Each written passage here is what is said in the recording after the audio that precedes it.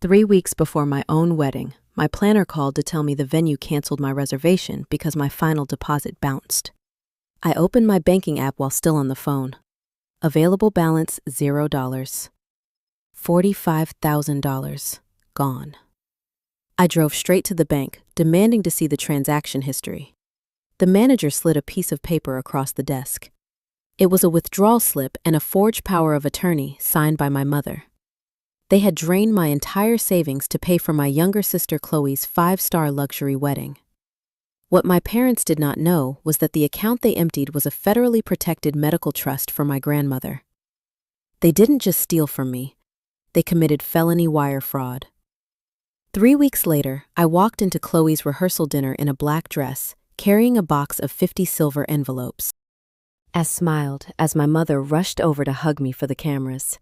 She had no idea what was waiting inside those 50 silver envelopes. My name is Maya. I am 31 years old, and I am a certified financial planner. Before I show you exactly how I dismantled my family at that dinner, please let me know your age and where you are watching from in the comments.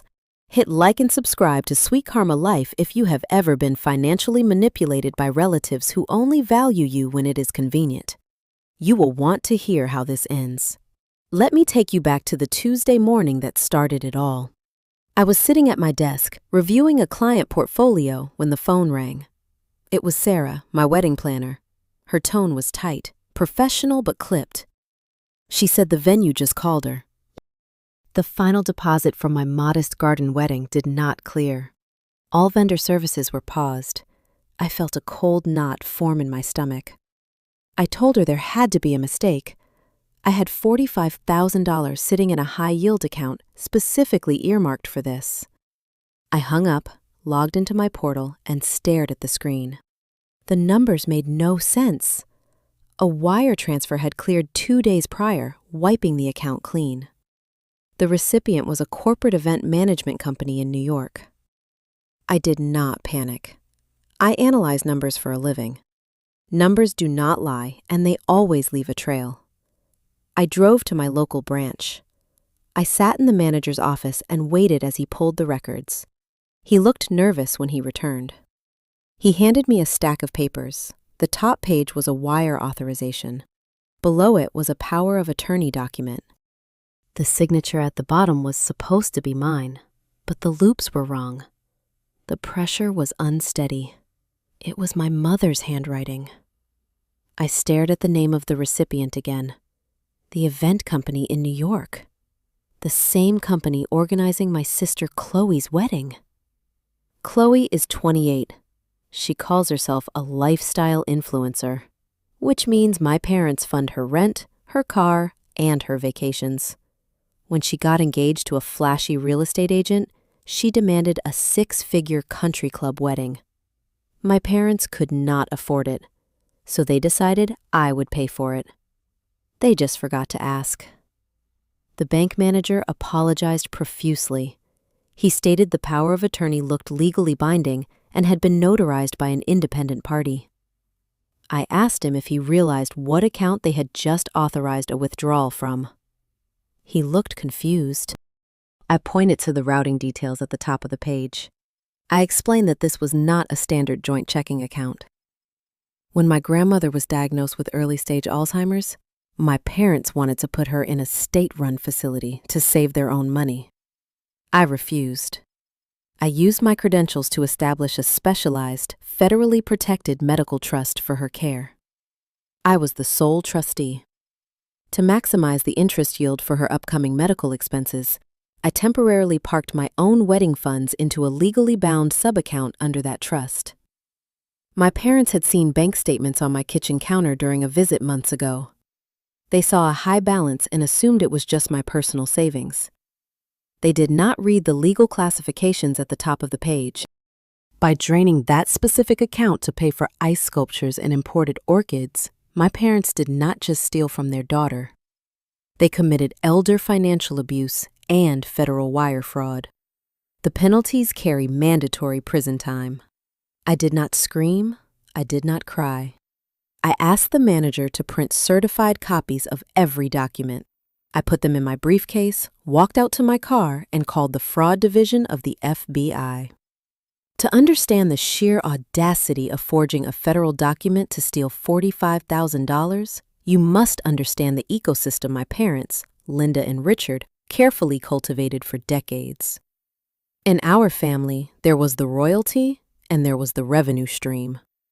Chloe was the royalty. I was the revenue stream. Chloe is 28 years old. If you ask her what she does for a living, she will look you dead in the eye and say she is a digital lifestyle curator. What that actually means is she posts videos of her morning coffee routine from a downtown loft my father subsidizes. She has never paid a utility bill.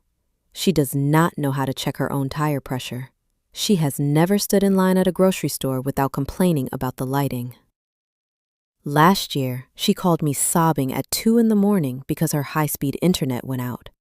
She demanded I fix it over the phone right then. When I told her to call the provider and went back to sleep, my mother called me 10 minutes later. She scolded me for lacking empathy and not being more supportive of my sister's fragile mental health. That is the baseline. They shielded Chloe from the concept of consequence.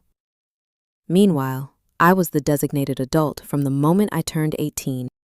I paid my way through state college by working night shifts at a corporate data entry firm. I built my financial planning business from a rented desk in a shared office space, cold calling clients until my throat burned. I bought my own home at 27. My parents never offered to help with my down payment. They did not even buy a housewarming gift. They said I was the strong one, the capable one. In their minds, my independence was not a source of pride. It was an excuse to redirect all their financial resources and emotional energy to Chloe. This toxic dynamic reached its breaking point 18 months ago, when our grandmother, Nana Rose, was diagnosed with early-stage Alzheimer's. Instead of paying for a safe memory care facility, my parents wanted to dump her in a state-run home, with citations for medical neglect just so they could preserve their own disposable income for Chloe's impending vacations. I refused. As a financial planner, I took over Nana's assets. I established a specialized, federally protected medical trust. It was a flawless maneuver that kept her safe. The fatal mistake happened 4 months ago. My mother came over unannounced and snooped through my mail. She saw the quarterly statement for the trust on my kitchen island. She saw a combined bottom line of over $200,000. She did not read the legal disclaimers detailing the fiduciary restrictions.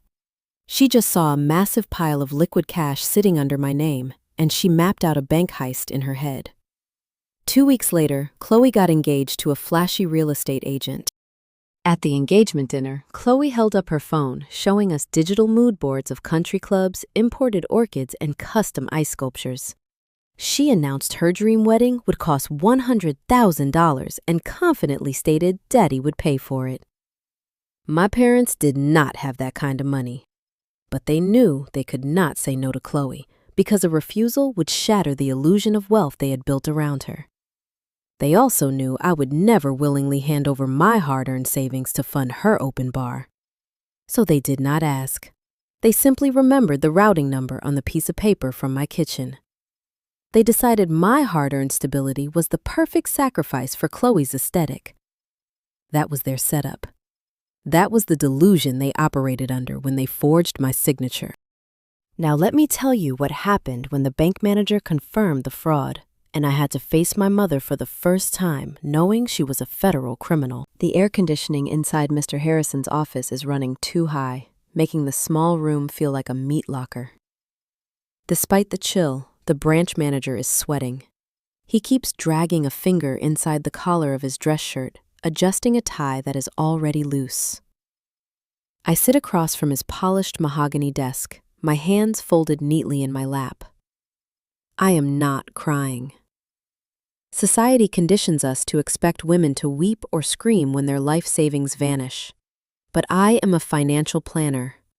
Numbers are my native language, and numbers never disappear without leaving a map. Mr. Harrison clears his throat and slides a thin manila folder across the desk. His fingers tremble slightly against the wood grain. Inside the folder are 3 pieces of paper. The first is a standard wire transfer authorization log. The second is a photocopy of my mother's state driver's license. The third is the weapon. It is a printed power of attorney document. I pick up the forgery and study it. The signature at the bottom is an imitation of my handwriting, but it lacks my usual sharp precision. The loops are too wide, the pressure uneven and hesitant. My mother has always possessed a heavy hand, pressing her pens deep into the paper. But it is the bottom corner of the legal form that commands my attention. The notary stamp. It features a raised seal belonging to a woman named Brenda Higgins. Brenda is my mother's oldest social companion. They play doubles tennis on Tuesday mornings and complain about the younger generation over overpriced mimosas. Brenda owns a local retail shipping and mailing franchise. She clearly stamped a binding legal document granting full financial control over a restricted asset without the principal signatory present in her store. She threw away her state commission and risked criminal charges simply as a favor for her tennis partner. My parents surround themselves with enablers who believe rules apply only to other people. I set the forgery down and flip to the wire transfer confirmation page. The routing digits tell a very specific, devastating story. The $45,000 was split into 2 outbound electronic wires. The first transaction was for $28,000, routed directly to the corporate holding accounts of the Four Seasons Hotel in New York. A non-refundable deposit for the ballroom and custom catering. The second wire was for $17,000, sent to a limited liability company belonging to a high-end boutique event planner. I stare at the amounts. I spent 4 years skipping lunches, driving a 10-year-old sedan, and working 70-hour weeks to build my firm, just to save that cash. My fiancé Liam and I delayed our own engagement to ensure we could afford a modest celebration without going into debt. My mother wiped out 4 years of my sacrifice with a forged signature to buy an evening of aesthetic validation for her favorite child. Mr. Harrison leans forward, attempting to adopt a tone of soothing corporate authority. He states the bank followed standard security protocols. He claims the power of attorney appeared valid on its face because of the official notary stamp. He suggests this is merely a civil misunderstanding between family members. He advises me to go home, call my parents, and sort out the disagreement privately over dinner. He wants this to be a domestic dispute so the bank is not held liable. I let him finish his prepared speech. Then I lean forward, matching his posture. I keep my voice pitched low, speaking with the calm, flat cadence of a courtroom attorney. I ask him to read the exact title of the account the funds were drawn from. He squints at his computer monitor, reading the header aloud. Rose Miller Revocable Medical Trust. I watch the exact second his brain processes the syllables he just spoke. I do not let him interrupt. I explain that this is not a standard joint checking account. It is a federally protected entity designated solely for the medical care of an incapacitated elder. I explain that the cash he allowed my mother to wire out of state was legally earmarked for Alzheimer's memory care. By processing that transfer based on a fraudulent document, his branch just facilitated elder financial exploitation. Furthermore, I point out that because the money crossed state lines via electronic bank wire to vendors in New York, the jurisdiction upgrades immediately from local theft to federal wire fraud. Mr. Harrison stops adjusting his tie. He looks at the papers on his desk as if they are actively burning the wood. Bank liability is a terrifying concept to a branch manager. He realizes his teller processed a fraudulent federal transaction that could trigger an audit from the Regulatory Oversight Board. He starts stammering, reaching for his desk phone, muttering that he needs to contact his regional legal department immediately. I stand up from my chair. I tell him I need certified, stamped copies of the wire authorizations, the forged power of attorney, and the teller system logs showing the exact time of the transaction. I lean over his desk and add that if he refuses or delays, I will not just contact the FBI. I will file an immediate complaint with the Federal Reserve, citing this exact branch for gross negligence of fiduciary duty and actively facilitating corporate money laundering. He does not argue with me. He walks out to the main floor himself, bypassing the regular clerks, and runs the copies through the machine. He stamps each one with the official bank seal. When he hands them back to me, his hands are shaking visibly. I place the documents into my leather briefcase. I snap the brass lock shut. The sharp metallic click echoes in the quiet office. I thank him for his time and walk out of the building. The afternoon sun hits my face as I step onto the pavement. The street is busy. Delivery trucks idle at the curb. People are drinking iced coffees at the cafe next door, laughing at jokes I cannot hear. My entire financial foundation has just been dismantled, but the world keeps moving forward. I walk to my car, unlock the door, and slide into the driver's seat. My cell phone is resting on the center console. The screen is dark. I could call my mother right now. I could demand she cancel the vendors, demand she refund the money, and scream until my vocal cords tear. But I know exactly how that scenario plays out. She would deny it initially. When confronted with proof, she would pivot to tears, claiming she only did it because Chloe was overwhelmed and fragile. Then she would weaponize guilt, telling me I am selfish for hoarding wealth when my sister needed support. She would twist the narrative until I was the villain for being angry. I will not play her game. I do not dial my mother. I pick up my phone and open my web browser. I search for the direct contact number for the local field office of the Federal Bureau of Investigation. I tap the screen, bringing the phone to my ear. The line rings twice before a dispatcher answers. I state my name clearly. I tell the agent on the line that I need to report a felony case of elder financial abuse and interstate wire fraud involving a protected medical trust. The agent asks me if I possess documentation to support the claim. I look at my briefcase sitting heavy on the passenger seat. I say yes, I have the entire paper trail. They tell me to hold while they transfer me to an investigator. As the hold music plays, another notification pops up on my screen. It is a text message from my mother, asking me what dress I plan to wear to Chloe's bridal shower this weekend. I'm sitting at my kitchen island when the sun finally goes down. The granite is cold under my forearms. This is the exact spot where I carelessly left the trust statement weeks ago. The house is entirely quiet. Liam is working a late shift at the architectural firm, leaving me alone with the steady hum of the refrigerator. I look at the small silver-framed family photograph sitting near the fruit bowl. It was taken at my college graduation. My parents are in it, smiling. I pick it up. I do not throw it or break the glass. I simply turn it over and place it face down against the cold stone, a quiet, physical severing of the tie. Then I pick up my cell phone. I open my settings, scroll to my mother's name, and calmly delete her from my emergency contacts list. The screen goes dark. I open my laptop. My browser is open to a digital copy of Title 18, United States Code, Section 1343, the federal statute for wire fraud. The legal text is dense, dry, and oddly comforting. It is a set of sterile rules.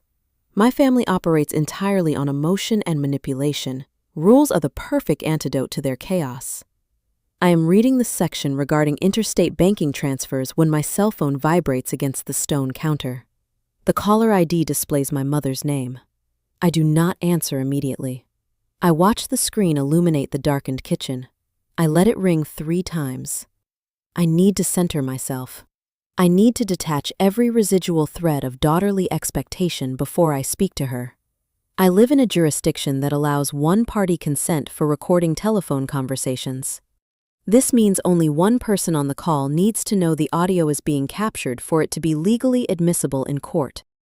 I swipe the green icon to accept the call, and a fraction of a second later, I tap the microphone symbol on my screen to start recording. "Hi, honey," she says. Her tone is light, airy. It is the exact vocal register she uses when she is hosting a neighborhood luncheon or trying to impress a retail store clerk. It is a performance designed to disarm. "Did you get my text about the bridal shower this weekend? Chloe decided she wants everyone wearing pastel shades for the group photographs. I was thinking you could wear that pale yellow sundress, the one with the wide straps that hides your shoulders." It is a classic tactical maneuver. She starts with a veiled insult disguised as maternal fashion advice. The goal is to keep me slightly off balance, focused on my own perceived physical flaws rather than her actions. I do not take the bait. I do not mention the dress. I do not even say hello. I keep my voice entirely neutral, stripped of all inflection. Mom, where is the $45,000 from the medical trust account? There is a pause on the line. It is not a pause of shock or confusion. It is the brief, highly calculated silence of a chess player realizing their opponent sees the board. The mask slips. When she speaks again, the artificial sweetness is gone, instantly replaced by defensive annoyance. Maya, please do not start with the dramatics tonight, she scoffs. We just relocated some funds. Chloe needed the money. You know Julian's parents are flying in from Boston. They are members of a prestigious yacht club. We have to keep up appearances. We cannot have his family thinking we are poor. You did not relocate funds, I reply, refusing to let her soften the crime with corporate buzzwords. You forged a legal power of attorney document. You walked into a bank branch and wired my life savings to a hotel in New York. She groans, a harsh sound of irritation vibrating through the speaker. Stop using words like forged. It sounds so criminal, Maya. I am your mother, and a mother does what is necessary to protect her family. You knew Chloe was crying every night over the budget. You knew the pressure your father was under. I saw that money just sitting there, doing nothing, while your sister was falling apart. I did not steal it. I stepped up and reallocated it for the greater good of this family. I took the burden of decision off your shoulders so you could finally contribute to Chloe's happiness. You should be proud that your success is helping us save face in front of Julian's parents. I did this out of love, to keep us all together and happy. Besides, you and Liam are so practical. You do not need a big flashy party. You can just elope at the local courthouse. It fits your grounded personality much better. The sheer gymnastics of her logic are almost impressive. She has somehow convinced herself that stealing my money was not only necessary, but actually my fault for possessing it in the first place. She is reframing felony theft as a personality critique. Before I can dissect that argument, I hear a muffled sound through the speaker. My father is in the room with her. My father is a man who has spent 30 years avoiding conflict by agreeing with whoever is yelling the loudest. He has never protected me. He only protects the fragile piece of his household. When I was 16 and Chloe broke my school laptop, he bought her ice cream so she would stop crying and told me to get a weekend job to buy a new one. Tell her we will pay it back eventually, my father shouts in the background, his voice tight with cowardice. Tell her family helps family. Family helps family. It is their favorite slogan. They weaponize the concept of loyalty only when it directly benefits them. When I was working night shifts to pay my own college tuition, family meant building independence. When Chloe needs a custom ice sculpture, family means unrestricted access to my financial accounts. They expect me to swallow a massive financial loss to protect an aesthetic. They expect me to go quietly into debt so Chloe can post carefully curated pictures of imported orchids online. I let his voice fade out. I do not yell back. My wedding is not downsized, Mom, I state cleanly. My wedding is canceled. The planner paused all vendor services this morning because the final deposit bounced. The money is gone. I wait for the realization to hit her. I wait for a shred of maternal guilt. For a mother to hear that she has actively ruined her oldest daughter's wedding day, there should be a moment of remorse, a faltering of the ego. Instead, I get the sigh. It is a heavy, put-out breath, the ultimate weapon of the emotional manipulator.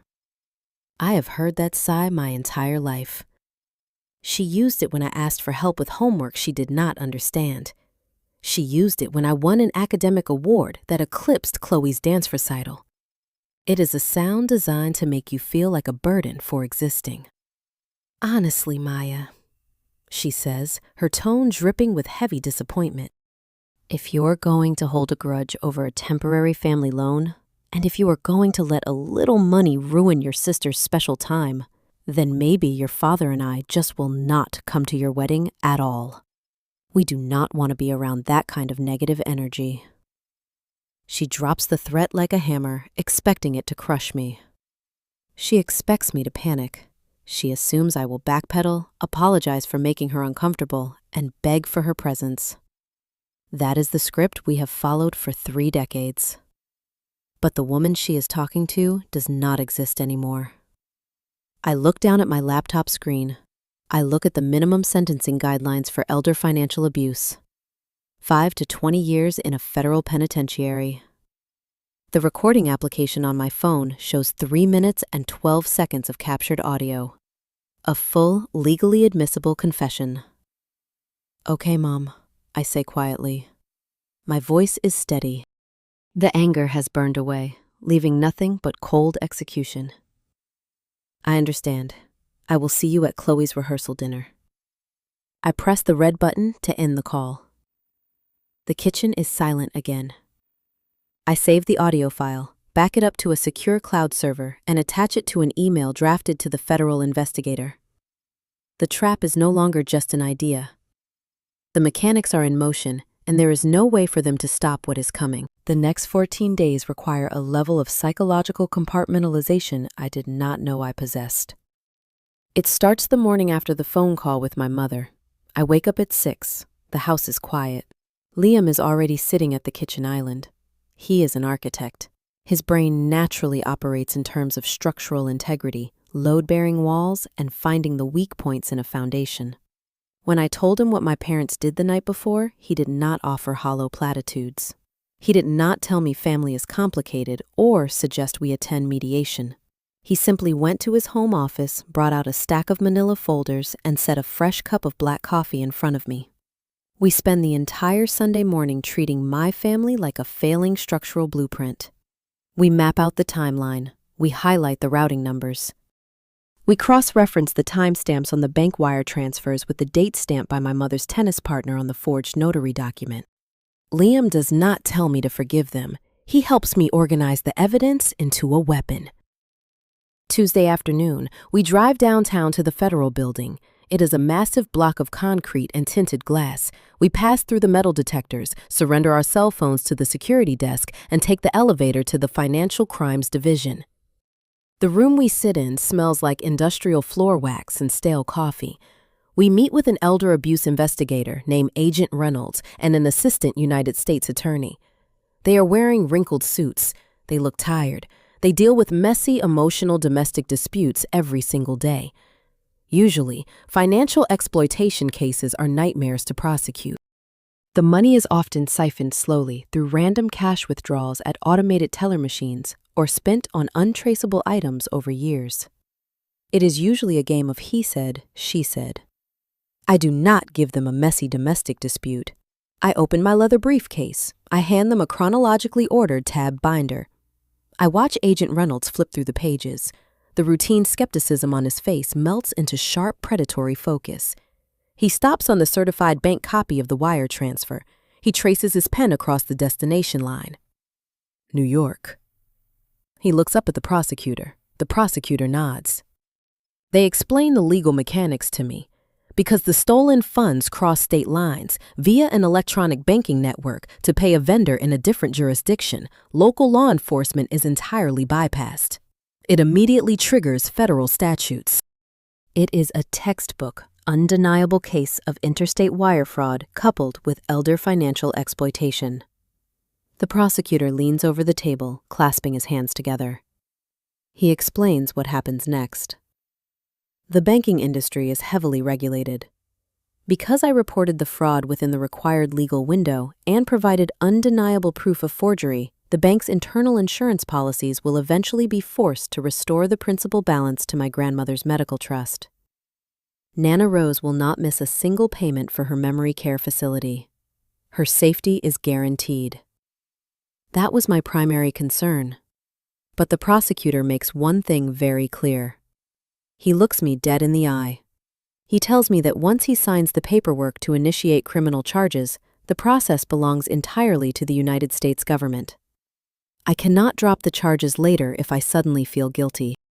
I cannot call off the investigation if my mother cries and begs for mercy. I cannot stop the machine once it is turned on. Federal warrants will be drafted. Indictments will be handed down. Arrests will be made, likely in public. He asks me if I am prepared for the permanent public destruction of my family unit. I look at Liam. He gives my hand a single, steady squeeze. I look back at the prosecutor. I tell him my family unit was destroyed the moment my mother practiced forging my signature on a scrap of paper to buy ice sculptures. I tell him to draft the warrants. The wheels of justice move quietly behind closed doors. While the grand jury convenes in secret, the rest of the world continues spinning. Chloe is posting daily countdowns on her social media profiles, complaining to her followers about seating charts and the stress of choosing the right floral arrangements. She lives in a bubble of pure entitlement, entirely unaware that the foundation of her perfect day is rigged with explosives. I decide I need to make my own contribution to her aesthetic. Thursday afternoon, I leave my office early and drive to a high-end boutique print shop in the Arts District. The bell above the door chimes.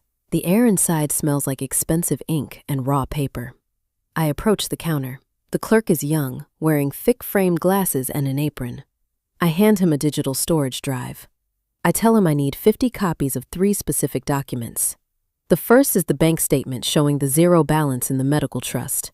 The second is the forged power of attorney, highlighting my mother's signature and the fraudulent notary stamp. The third is the itemized receipt from Chloe's luxury event planner, detailing the exact cost of her catering and imported orchids matching the stolen amount. I specify the material. I do not want standard flimsy printer paper. I request 120-pound cardstock, a heavy, glossy finish that feels expensive and permanent to the touch. The clerk assumes it is some sort of avant-garde wedding favor or quirky program for the ceremony. He asks what kind of envelopes I need to match the stationery. I walk over to the display wall. I run my fingers over the options until I find the perfect match. A thick, elegant silver embossed envelope. It aligns flawlessly with the silver and white color palette Chloe meticulously chose for her rehearsal dinner. I purchase 50 of them. I spend Friday night sitting on my living room floor. The television is off. The house is completely quiet. I take a set of the glossy documents.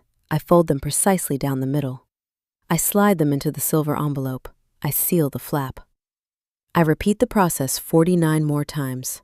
I stack them neatly in a heavy cardboard box. I am not going to show up to the country club and scream. I am not going to throw a tantrum and let my mother paint me as the hysterical, jealous older sister trying to steal the spotlight. Hysteria is easily dismissed. Emotion can be gaslit. But hard evidence, printed on glossy cardstock and handed directly to the groom's wealthy parents, is undeniable. I am going to let the truth do the screaming for me. I pack the box into the trunk of my car and close the lid. Everything is ready. The trap is set.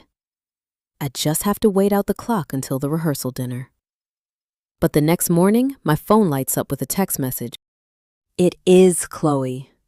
She is not reaching out to check on me.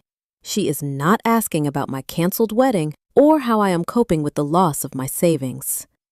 She is reaching out because she needs a favor. And her request is so breathtakingly tone-deaf, so entirely disconnected from reality, it almost makes me laugh out loud in my empty kitchen.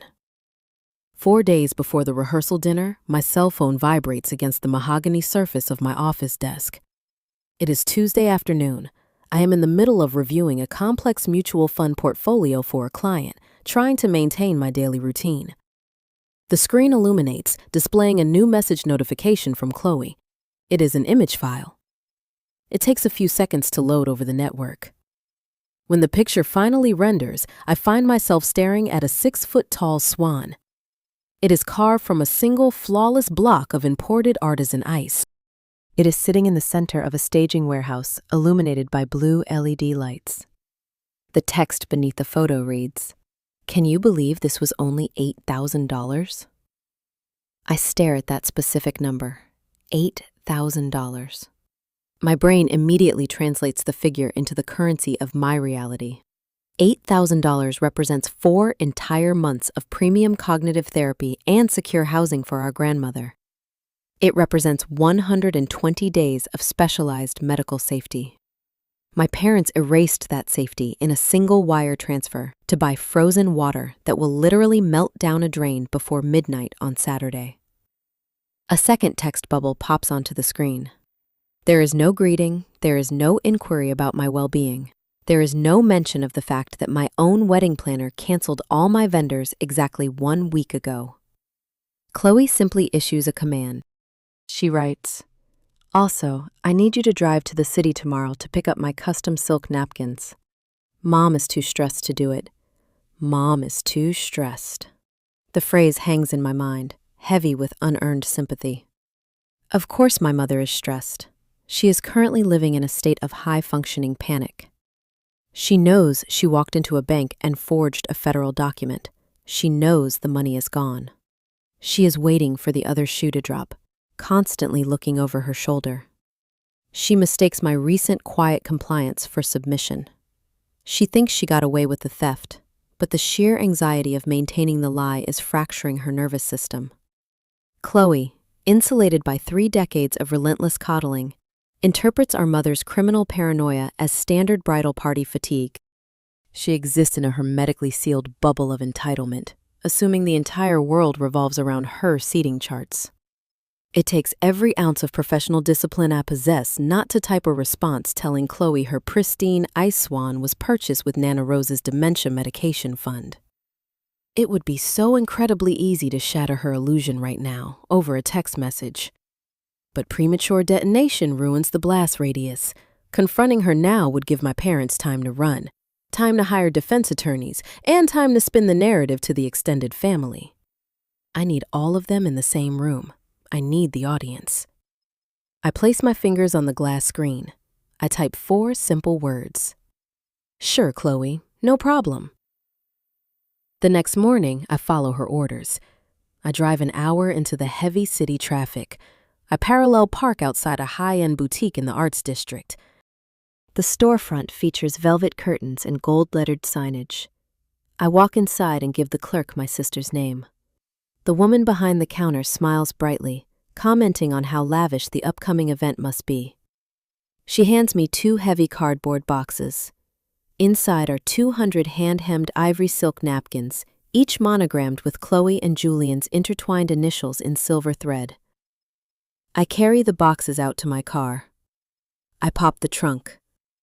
I place the expensive linens right next to the heavy container holding 50 glossy silver-embossed envelopes. The envelopes containing the undeniable evidence of my mother's felony. The irony is tangible. I am literally ferrying the aesthetic spoils of their crime alongside the legal instrument of their destruction. I close the trunk. The metallic slam echoes loudly in the concrete parking garage. When I return home later that afternoon, Liam is sitting at the kitchen island. He has his laptop open. He points to my open tablet resting on the counter. There is a new notification waiting in my secure email portal. The sender address ends in .gov. It is a direct message from the Assistant United States Attorney handling the financial exploitation case. The subject line contains a single string of case file numbers. I click the email. Liam stands up and reads over my shoulder. The message is brief, written in the sterile clinical language of the justice system. The federal grand jury convened that morning in a closed session. They reviewed the certified banking logs. They examined the forged power of attorney. They tracked the interstate wire routing numbers connecting my grandmother's medical trust to the corporate event management company in New York. The jury did not deliberate long. They returned a true bill. My parents, Richard and Linda, have been formally indicted on multiple felony counts of wire fraud, identity theft, and elder financial abuse. The presiding judge signed the arrest warrants 20 minutes prior to the email being sent. The paperwork is official. The trap has snapped shut. The timing of the execution is no longer theoretical. It is imminent. The email states that the file has been handed over to Agent Reynolds for immediate action. He added a personal note at the bottom, explaining the unprecedented speed of the tactical response. He stated that white-collar investigations usually take months, but our case was flagged for emergency intervention because the stolen funds were actively being converted into non-refundable luxury services, and their digital surveillance showed my mother attempting to initiate a secondary wire transfer to an offshore routing account that very morning. The judge bypassed standard waiting periods. The Justice Department considers them an extreme flight risk now that the money is moving rapidly. They are executing the warrants to freeze all remaining assets and lock down the suspects immediately. I pick up my phone and dial Agent Reynolds. He is the lead investigator I met with last week. He answers on the second ring. I do not bother with pleasantries. I tell him I received the update from the prosecutor's office. He confirms the warrants are active and in his possession. He states his tactical team is currently reviewing my parents' residential address to plan the apprehension for Friday morning. I look out my window. I tell Agent Reynolds not to bother sending a team to their suburban house on Friday morning. I tell him they will be running errands all day, unpredictable and moving. But I know exactly where they will be on Friday night. They will be stationary, seated, and surrounded by witnesses at an exclusive waterfront country club on the north side of town. I provide him the exact address of the venue. I give him the name of the main banquet hall, reserved under Julian's family name. I tell him the rehearsal dinner begins at 7 o'clock, but the toast and formal speeches are scheduled for exactly 8. That is the precise moment when every single member of the groom's wealthy family, my parents' social circle, and the entire bridal party will be seated at their tables, paying undivided attention to the front of the room. Agent Reynolds pauses. I can hear the rapid clicking of a keyboard on his end of the line. He is a man who deals with unpredictable, dangerous situations daily. He appreciates logistical precision. He appreciates a clean, stationary target. He logs the country club address into his federal database. He tells me the marshals prefer controlled environments with multiple exits and minimal civilian interference, and a private, reserved banquet hall fits their operational parameters perfectly. He asks me if I plan to be present during the apprehension. I look at the calendar pinned to my wall. Friday is circled in red ink. I think about the silk napkin sitting in the trunk of my car. I think about my own canceled garden wedding. I think about my grandmother sitting in a memory care facility, entirely unaware that her own son tried to gamble her medical safety away for a party. I tell the agent I would not miss it for the world. I hang up the phone. There is nothing left to organize.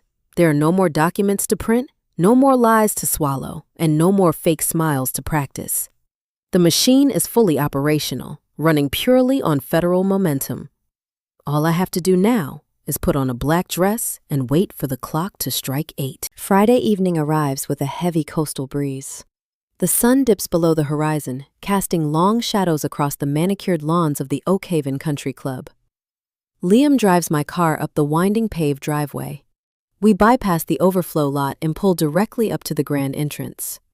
3 valets in tailored vests stand ready. They are currently parking a silver Porsche in a matte black Mercedes. Liam puts the car in park and hands the keys to a young man. We step out into the evening air. The architecture of the building is designed to intimidate. Soaring columns frame a set of heavy mahogany double doors.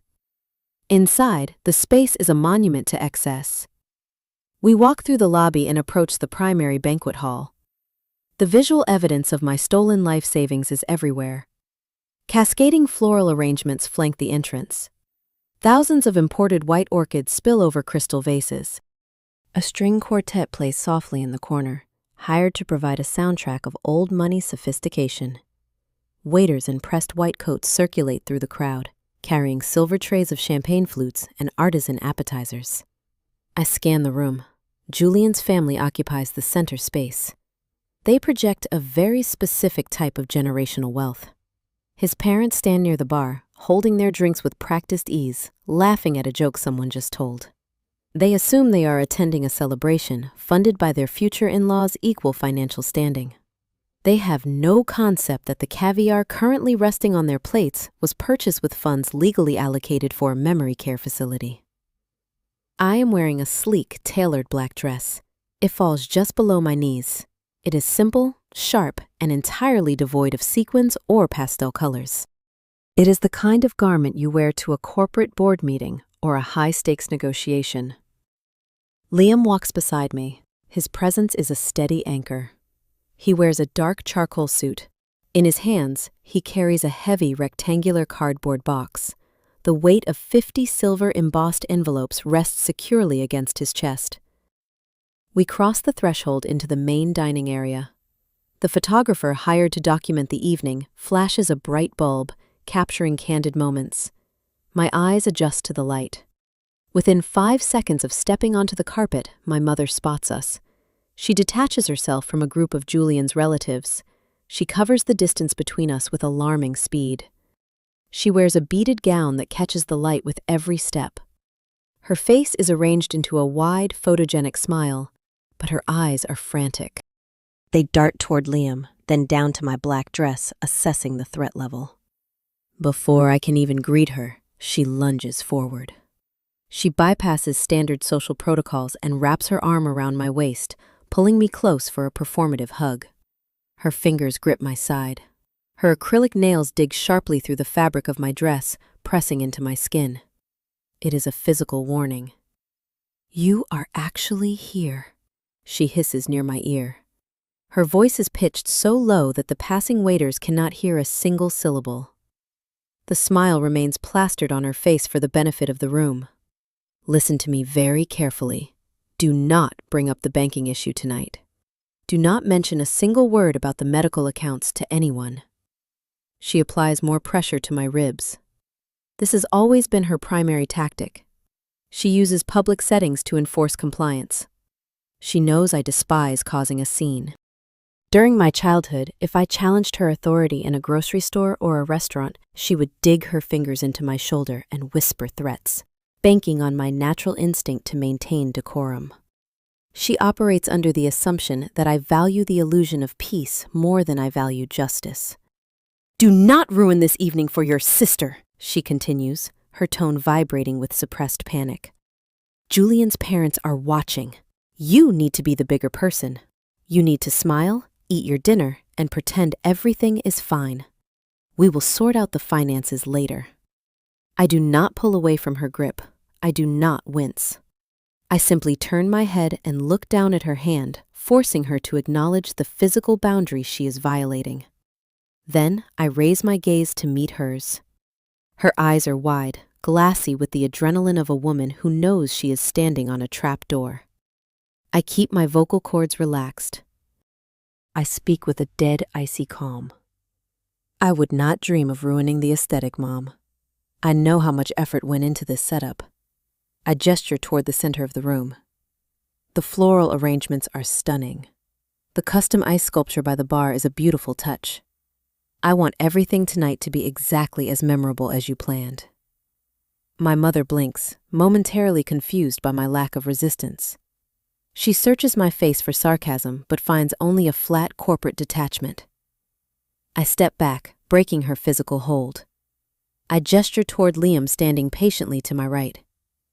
"In fact," I say, keeping my volume conversational, "I even brought custom wedding favors for all the guests. Something to commemorate the real cost of bringing these two families together." My mother looks at the cardboard box in Liam's hands.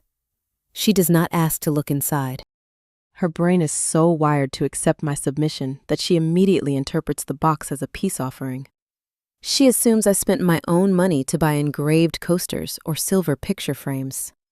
She assumes I capitulated, just like my father, just like I always did when I was younger. The frantic energy leaves her shoulders. She exhales a long, shaky breath. The panic in her eyes recedes, replaced by a smug, self-satisfied relief. She reaches out and pats my cheek, a condescending gesture of maternal approval. "Good girl," she whispers. "I knew you would come to your senses. Family first, Maya." She turns around and walks back toward the bar. She seamlessly blends back into the crowd of wealthy relatives, laughing and clinking her champagne glass. She is completely oblivious to the federal agents currently staging 3 miles away. She believes she has won. I stand near the entrance and watch her work the room. Chloe makes her grand appearance a few moments later, wearing a white silk dress clinging to Julian's arm. The crowd applauds. Waiters begin directing guests toward their assigned tables. The dinner service is about to begin. The string quartet shifts to a faster tempo. Liam steps closer to me. He adjusts his grip on the heavy box. He does not say a word, but he nods toward table number 3, located directly near the front of the room. Our assigned seats. I take a deep breath. The scent of roasted prime rib and expensive perfume fills the air. The trap is no longer just set. The target has willingly walked inside, locked the door behind herself, and handed me the key. I walk toward our table, ready to take my seat and wait for the toast to begin. The waitstaff moves through the banquet hall with practiced, silent efficiency. Men in pressed white coats deliver plates of seared filet mignon and truffle butter asparagus to the tables. The room is filled with the low, steady hum of expensive conversations and the clinking of heavy silver cutlery against fine china. The lighting is dim just enough to make the crystal chandeliers glow overhead. It is a masterclass in manufactured elegance. I sit quietly at table number 3, cutting my dinner into precise sections. I watch the dynamics of the room unfold. Julian's family occupies the center tables. His uncle, a corporate lawyer from Boston, loudly recounts a story about purchasing a summer property on the coast. Julian's mother wears a diamond tennis bracelet that catches the ambient light every time she raises her wine glass. They exist in a reality where high-end expenditures are casual talking points. They assume they are attending a celebration funded by a family of equal financial standing. My parents sit 2 tables away, anchored right next to the groom's parents. My father nods along to the uncle's real estate story, projecting the image of a successful patriarch. My mother maintains a rigid, practiced posture. She sips her imported wine, laughing at the right moments, desperately trying to project an air of old money sophistication.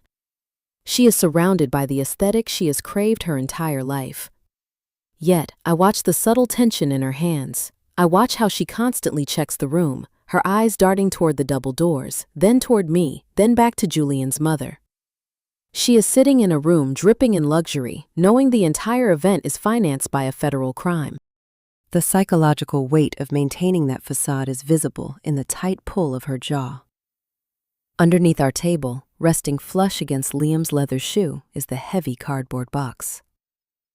The dinner service concludes, the plates are seamlessly cleared away. Waiters return with bottles of vintage champagne, pouring the golden liquid into tall flutes at every place setting. The string quartet finishes a classical arrangement and softly packs their instruments. The timeline has shifted. It is time for the formal toasts. Julian stands up. He steps up to the small stage area near the front of the room, holding a cordless microphone. He wears a custom velvet tuxedo jacket. He does not start his speech by thanking his hosts or expressing gratitude to the guests for traveling. He starts by talking about himself. He launches into a sprawling 20-minute monologue about his relationship with my sister. He refers to their romance as a luxurious journey. He uses sterile corporate buzzwords to describe their partnership, talking about building an empire, aligning their personal brands, and manifesting a high-value lifestyle. He tells a lengthy story about a weekend trip they took to a boutique ski resort, making sure to highlight the exclusivity of the lodge and the cost of the lift tickets. He speaks with a smug, unearned confidence, as if everyone in the room should be taking notes on how to live properly. Chloe sits at the head table, gazing up at him with vapid adoration. She is wearing a custom white silk gown. She looks like a mannequin displayed in a department store window, perfectly polished and entirely hollow.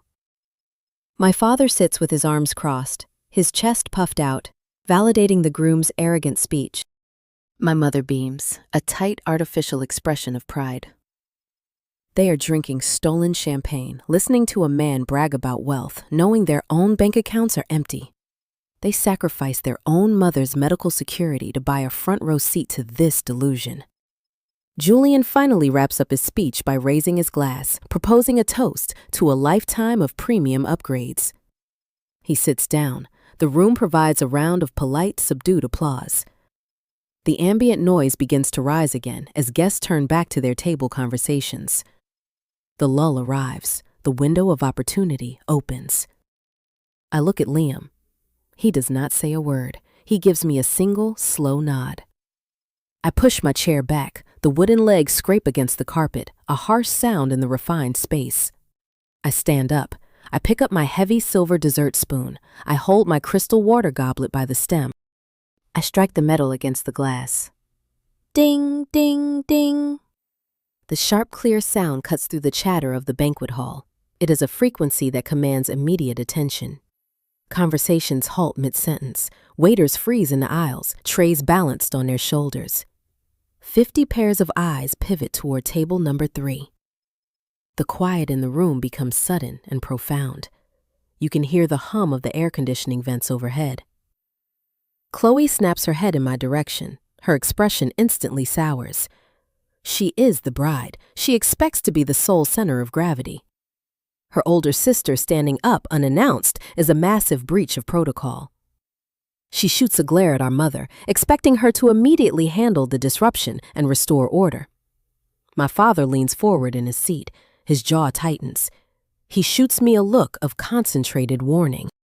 It is the exact look he used when I was a teenager asking too many questions about why Chloe received a new car while I took the public bus. The look is a silent command. Sit down, shut up, and maintain the illusion. I do not sit down. I step away from the table. I walk toward the small stage area. My heels click rhythmically against the hardwood dance floor. The sound echoes in a quiet room. I pull the microphone from the stand. The metal handle is still warm from Julian's grip. I turn to face the room. I locate my mother in the crowd. She is frozen in her chair. Her champagne flute is hovering inches from her mouth. Her eyes are locked onto mine, silently pleading with me to offer a generic, forgettable toast about love and sisterhood. Hello, everyone. I begin. My voice projects smoothly through the premium sound system. I wanted to take a moment to celebrate my sister. I watch my mother exhale. I see her shoulders drop an inch. She thinks she has won. She assumes the social pressure of the crowded room has forced me into compliance. This wedding setup is truly breathtaking. I continue, keeping my tone bright, almost conversational. I gesture with my free hand toward the lavish centerpieces on the tables. The attention to detail is remarkable. The $15,000 venue rental fee, the $8,000 custom ice sculpture sitting over by the bar, the imported white orchids cascading from the ceiling. I let the specific numbers hang in the air. Mentioning exact dollar amounts during a wedding toast is a massive violation of country club etiquette. It is considered deeply tacky. The guests shift uncomfortably in their seats. Julian's mother frowns, exchanging a confused, embarrassed glance with her husband. But my parents do not look confused. My mother's face drains of all color. Her artificial tan seems to fade into a sickly, chalky gray. She recognizes those exact figures. They are the precise line items listed on the invoice from the corporate event planner. The invoice she paid using the forged bank wire. It is incredible, I say, my voice steady, projecting clearly over the speakers. What money can buy. I pause. The silence stretches over the banquet hall, pulling tight like a piano wire about to snap. My mother pushes her chair back. It tips backward and falls to the carpet with a dull thud, but she does not look back at it. She takes a shaky step toward me. She is shaking her head frantically. Her hands are raised, palms out, a desperate physical gesture begging me to stop talking. The facade of the confident matriarch is gone. She looks like a woman standing on the tracks, watching a freight train approach. I look directly into her panicked eyes. My polite smile vanishes, leaving my face cold and expressionless. But what is even more incredible, I continue, my voice dropping an octave, cutting through the heavy tension of the room, is exactly how it was paid for. Liam, if you would, I say. My voice does not shake. Liam steps away from the wall. He holds the heavy cardboard box in his left hand. His face is a mask of calm architecture, treating the room like a blueprint he is about to deconstruct. He begins a systematic progression through the dining room. He stops at the first table. He pulls out a thick silver-embossed envelope and drops it squarely in the center, right next to the floral arrangement. It lands with a soft, authoritative thud. He moves to the next table. He repeats the action. The guests track his movements.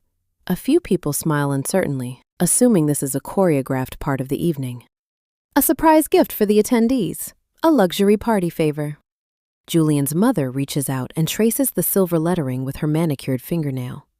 She looks intrigued. My mother, however, is not intrigued. She is hyperventilating. Her chest rises and falls in rapid, shallow jerks.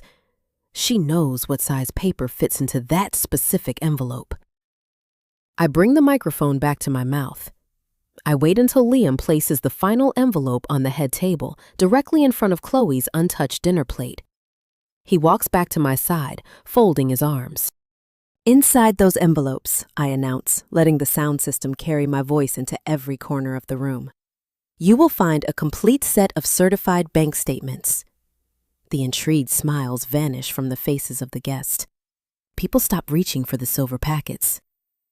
The word bank does not belong in a wedding toast. It is a sterile, clinical term that fractures the romantic aesthetic of the evening. It belongs in boardrooms and loan offices, not amongst centerpieces and champagne flutes. You will also find a copy of a legal power of attorney. I continue, keeping my cadence steady, measured, and devoid of hysteria. It is a fraudulent document. The signature at the bottom was forged by my mother, Linda, and illegally notarized by her friend, Brenda Higgins. And for those wondering about Brenda, her state commission was permanently revoked this morning, and she is currently sitting in a holding cell facing her own felony conspiracy charges. My parents used that specific paper to gain unauthorized access to a restricted financial account. The room begins to rustle. Curiosity overrides country club etiquette. Fingers slide under the sealed flaps of the envelopes. The sound of tearing paper ripples across the banquet hall. It sounds like dry leaves cracking underfoot. That account did not belong to them, I state. I look directly at Julian's parents. They have pulled the heavy cardstock from the packaging. It was a federally protected medical trust. It was established solely to fund the memory care facility for my grandmother, Rose, who suffers from Alzheimer's disease. My parents drained that life-saving fund, along with my own personal wedding savings, to pay for the steak you just ate. The silence shatters. It is replaced by a rising wave of chaotic noise. It starts as a collective gasp, a sharp intake of breath from 50 people simultaneously processing the severity of the accusation. The refined atmosphere dissolves. Then the murmurs begin. Low, urgent whispers. The rustling of thick cardstock amplifies as guests frantically trade papers, comparing the highlighted routing numbers on the bank logs to the itemized lists on the event planner's invoice. Julian's uncle, the corporate lawyer from Boston, does not whisper. He is accustomed to reviewing legal contracts. He flips past the bank logs and stares directly at the forged notary stamp. His eyes narrow. He runs a finger over the printed wire transfer routing numbers. He understands the exact legal implications of those digits crossing state lines. He looks up from the paper and stares at my father. It is a look of deep, structural disgust. The kind of look you give a pest crawling across a dining table. This is wire fraud, the uncle says. His voice is not loud, but it carries a heavy, undeniable authority. This is a federal crime. Julian's mother drops the papers onto her plate. They land in a pool of truffle butter. She pushes her chair back, creating physical distance between herself and the head table. She looks at her son. She looks at Chloe.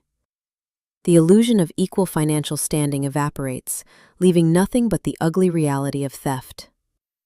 Chloe cannot handle the shift in the room. The spotlight she craved her entire life is suddenly burning her alive. She stands up. She moves so fast that her chair catches on the edge of the carpet and tips backward. It crashes to the hardwood floor. The sound rings out like a gunshot. "Maya, shut up!" Chloe shrieks. Her voice cracks, hitting a shrill, unpleasant pitch. The polished, elegant bride disappears. She points a trembling finger at me.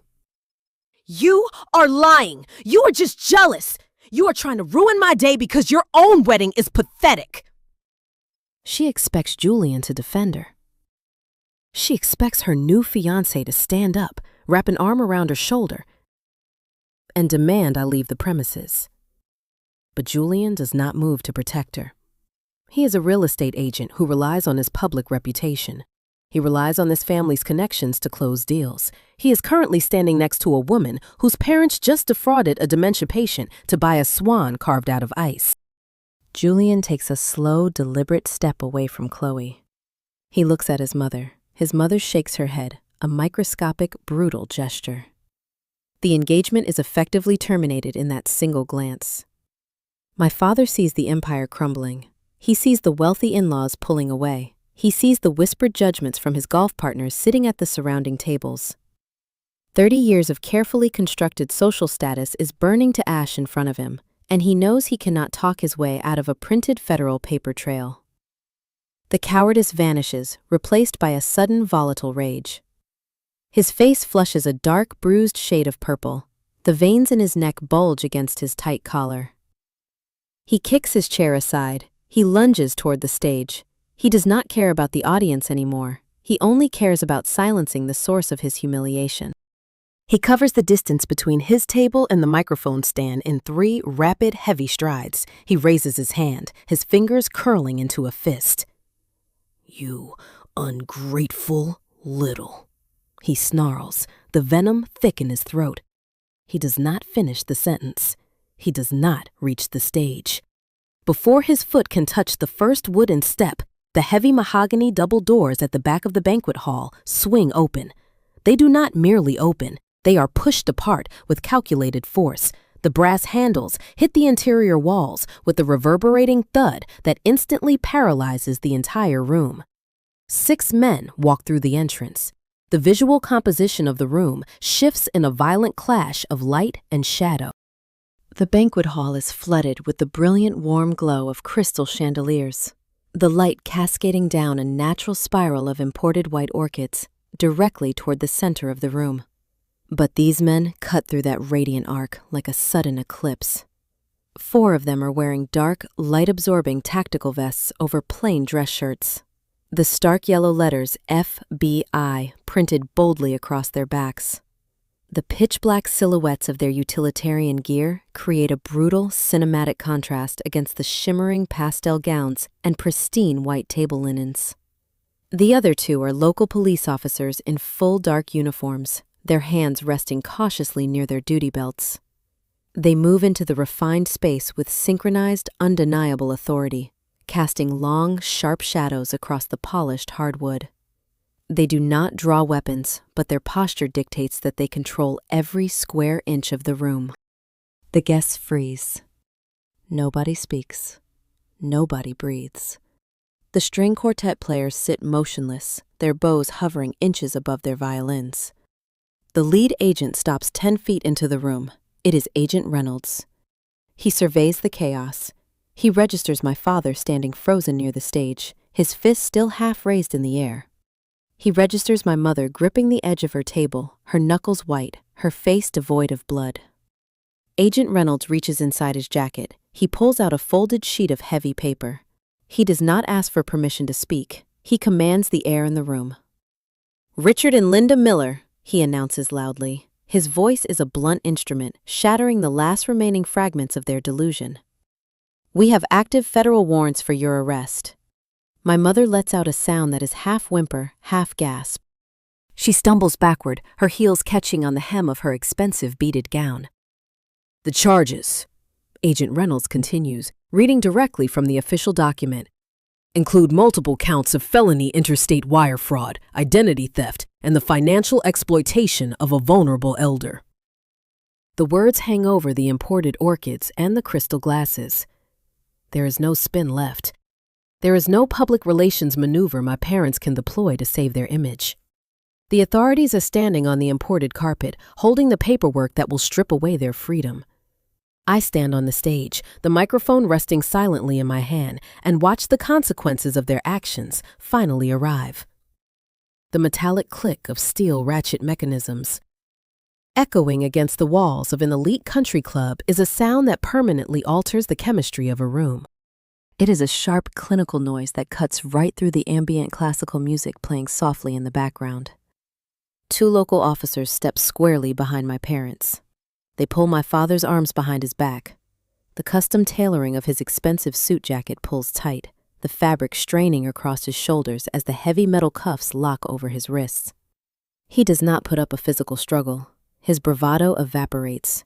He simply stares at the intricate pattern of the hardwood floor, the dark flush of rage draining from his face. It is replaced by a hollow, terrified realization that his carefully curated social capital cannot post federal bail. My mother, however, does not go quietly. She tries to negotiate with reality. She turns toward Agent Reynolds, offering a trembling, tear-streaked smile. She attempts to explain that this is merely a simple family misunderstanding, a private domestic issue that can be sorted out over a checkbook. Agent Reynolds does not smile back. He does not lower his voice to spare her dignity. He recites her Miranda rights in a flat administrative monotone, outlining her right to remain silent while placing a hand firmly between her shoulder blades to guide her forward. They march them out through the center aisle of the banquet hall. 50 guests watch in dead silence. The waiters press themselves flat against the walls, clearing a path while holding trays of untouched champagne. As my mother passes table number 3, she turns her head to look at me. There is no apology in her eyes. There is no sudden clarity or remorse. There is only a stunned, vacant disbelief that her designated revenue stream finally fought back. The structural collapse of Chloe's artificial world occurs less than 12 hours later. Julian does not visit my parents at the holding facility to offer legal support. He is a man whose career relies heavily on public perception, unblemished reputations, and proximity to high-net-worth individuals. The prospect of his name appearing in a fraud indictment alongside his future in-laws is a professional death sentence. He acts with ruthless self-preservation. He calls off the engagement at exactly 9 o'clock the next morning via a brief, cold phone call. He does not offer a shoulder to cry on. He packs his golf clubs, his tailored suits, and his luxury watches, vacating their downtown loft before noon. The luxury event vendors are not charitable organizations driven by sympathy. The catering company, the waterfront venue, and the boutique floral designers point directly to the strict, non-refundable cancellation clauses in their contracts. They keep the stolen deposit money. The grand event is erased from the schedule. The only tangible evidence that the wedding ever existed is currently sitting in my father's suburban garage. 200 hand-hemmed ivory silk napkins, custom embroidered with intertwined initials, stacked neatly in brown cardboard boxes next to a lawnmower. Chloe is left standing in an empty apartment with no husband, no subsidized rent payments, and a lifestyle she can no longer afford to maintain. She is forced to navigate reality without a safety net. She tries calling my cell phone twice that weekend. I watch her name flash on the screen. I let it ring until it goes to voicemail. I delete the messages without listening to them. The federal machinery grinds forward, indifferent to the emotional wreckage of the family dynamic. Because the financial exploitation was documented so thoroughly and reported to the authorities before the funds could be fully laundered or scattered across international borders, the bank's internal fraud insurance policies activate. It takes 3 weeks of sterile paperwork, tedious phone calls, and notarized affidavits. I sit at my kitchen island on a quiet Tuesday morning and open my secure banking portal. The screen loads. The available balance updates on the dashboard. The zeros vanish. The exact principal amount is restored to the designated medical trust. The relief is a heavy, physical weight lifting directly off my chest. I do not throw a party to celebrate. I immediately draft the necessary cashier's checks. By the end of the month, Nana Rose is officially moved into a premier memory care facility.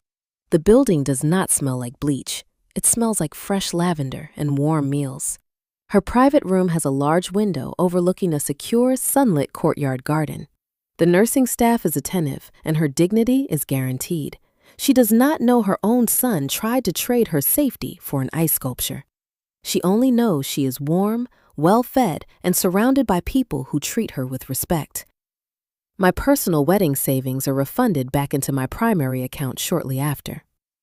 3 months later, Liam and I do not book a massive venue. We do not hire a string quartet or order cascading imported floral centerpieces. We board a flight across the Pacific Ocean. We stand on a quiet stretch of warm sand in Hawaii as the sun begins to set over the water. There are no guests to impress. There are no seating charts to arrange. There is only the sound of the ocean tide pulling back against the shoreline and an ordained minister holding a simple leather-bound book. I look at the man standing across from me. For years, I operated in a constant state of defense, bracing for the next unreasonable demand, the next emotional manipulation. Liam arrived in my life quietly. He never demanded I shrink my ambitions to make him comfortable. He simply offered a steady, gentle care that slowly dismantled the heavy walls I built to survive my childhood environment. He stood right beside me when I dismantled my toxic foundation, and his presence healed deep emotional scars I did not even realize I still carried. When he asks me to build a peaceful future with him, the answer is the easiest decision I have ever made. I say yes. We exchange plain gold bands. I have not spoken a single word to my parents since the night of the rehearsal dinner. They are currently out on bond, awaiting their federal trial dates. They face mandatory minimum sentencing guidelines if convicted. I do not attend their preliminary court hearings. I removed myself from their narrative entirely. Setting boundaries does not always look like a peaceful conversation over a cup of coffee. Sometimes it looks like handing over a cardboard box full of hard evidence and walking away from the burning wreckage without looking back. If you are holding on to toxic family members simply because you are terrified of the inevitable fallout, let them go. You cannot heal in the exact same environment that broke you in the first place. The profound peace waiting on the other side of the conflict is worth the temporary discomfort of walking away. That is my story. Drop a comment below if you would have handed out those bank statements to the guests too. Hit like and subscribe to Sweet Karma Life if you believe in protecting your peace at all costs. I will see you in the next one. The sun is cresting over the eastern coastline. I am sitting on the wooden deck of the home Liam and I just purchased. The deed is solely in our names. The banking passwords are changed. The security system is armed. I hold a ceramic mug, watching the tide slowly erase the footprints left on the sand from yesterday. My cell phone rests on the patio table. The screen is dark. There are no frantic demands for my time. For 24 years, I was conditioned to believe that a quiet house meant I was failing to keep my family afloat. Now I understand that this profound silence is the sound of survival. When people ask how I watched my own parents get handcuffed without breaking down, I tell them it was not a lack of empathy. It was the cold realization of 3 absolute truths. First, financial independence is your armor. When you control your capital, you control your exit strategy. Second, a printed paper trail is your greatest weapon against emotional manipulation and gaslighting. And finally, you cannot cure a toxic family dynamic. You must amputate it. If you are terrified of the fallout that comes with setting a boundary, this is your permission to strike the match. The peace on the other side is worth the bridge you have to burn. Hit like and subscribe to Sweet Karma Life if you are ready to stop paying for other people's mistakes. Drop a comment below if you agree, and I will see you in the next one.